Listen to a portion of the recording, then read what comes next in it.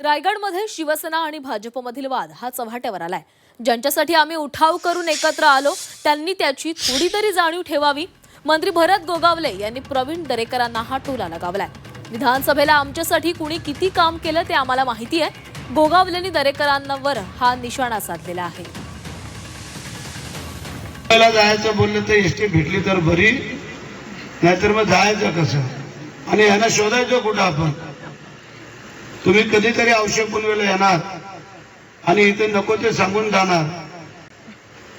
म्हणजे विनंती आहे,